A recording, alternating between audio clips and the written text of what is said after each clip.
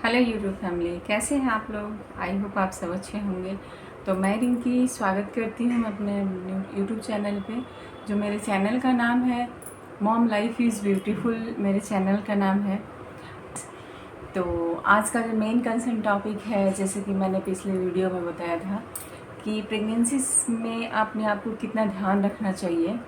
और जैसे मैंने ये भी बताया था अपने पिछले वीडियोस में कि उसमें मेरा जो बेबी है वो प्री मेच्योर हो गया था। और प्री मेच्योर होने के बाद वो जो 6 मंथ कुछ डेज़ पे जो डिलीवर हुआ था, उसका वेट जो था वो बहुत कम था। तो जो उसको एनआईसीयू में रखा गया, एनआईसीयू में कितने दिन रखा गया और एनआईसीयू में कितने दिन रहने के बाद कितना वेट गेन हुआ, ये सारे चीज़ों पे मैं आप लोगों को बताऊंगी, ताकि जो भी नई मम्मी हैं, नई माँ बनने वाली हैं और ये जिनके साथ भी ऐसे प्री मेच्योर टर्म बेबी हो गया है, तो उसको कैसे थोड़ा ध्यान रखेंगे बच्चों को, कि इस तरह के बच्चे ना बहुत ज़्यादा इन्फेक्टेड हो जाते हैं, बहुत जल्दी उनको इन्फेक्शन लगती है। तो किस तरह से उनको हमें केयर करना चाहिए, वो सारी चीज़ें मैं आगे आगे वीडियो में बताती रहूँगी आप लोगों को, तो आप लोगों को हेल्प मिलती रहेगी। क्योंकि मैं तो मेरे टाइम में तो मुझे कोई बताने वाला नहीं था, और इतना यूट्यूब पे भी मैं एक्टिव नहीं रहती थी कि मैं मतलब देखूं कि हाँ क्या है कैसे है। कोविड का टाइम था, सिचुएशन ऐसा था कि फ़ोन चलाने का तो मन ही नहीं करता था, सब लगता था कि भगवान जल्दी से ये सारी चीज़ें ठीक हो जाए। तो जैसे मैंने बताया कि मेरा प्रीटर्म बेबी हुआ था, और वो 2 महीना एनआईसीयू में रहा था, नर्सरी में रहा था बच्चों के।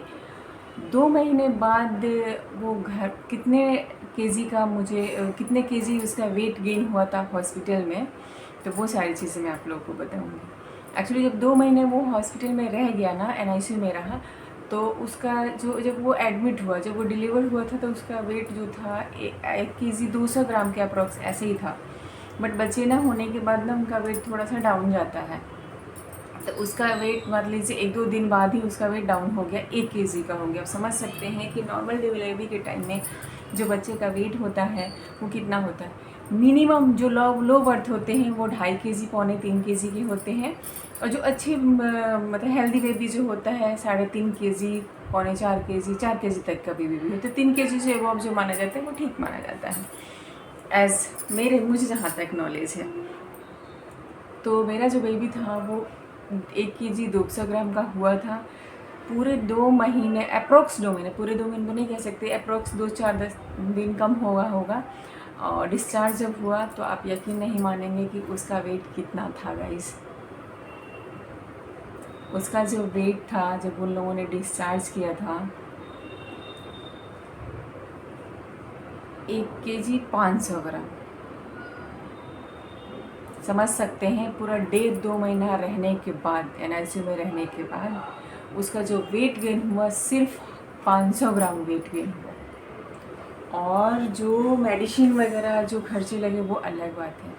तो इस वजह से मैं आप लोगों को बोल रही हूँ कि अपना ध्यान प्रेगनेंसी के टाइम में बहुत ज़्यादा रखें।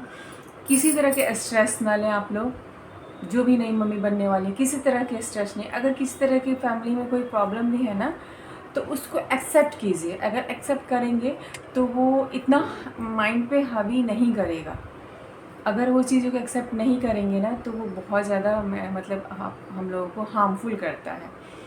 तो आप समझ सकते हैं, जो 1.5 केजी वेट गेन हुआ पूरे 1.5-2 महीना में, अगर वो बच्चा 2 महीने पेट में रह जाता माँ के पेट में, तो आप समझ सकते हैं बहुत ज़्यादा हाइजीन को ध्यान रखना पड़ता है। अगर माँ फीड करा रही है तो बेस्ट है। अगर माँ फीड नहीं करा रही है, अपना फीड नहीं करा रही है, बॉटल का दूध अगर पी रहा है बच्चा, ऊपर का दूध पी रहा है, जो भी मिल्क पाउडर आते हैं बच्चों के लिए, सिमिलिक वगैरह का जो भी आते हैं, डॉक्टर जो एडवाइस करते हैं, अगर वो पीता है, तो समझिए कि एक तो एक्सपेंस बढ़ जाते हैं, दूसरे आपके काम बढ़ जाते हैं उसमें। क्योंकि हाइजीन को लेकर आप जब बॉटल से दूध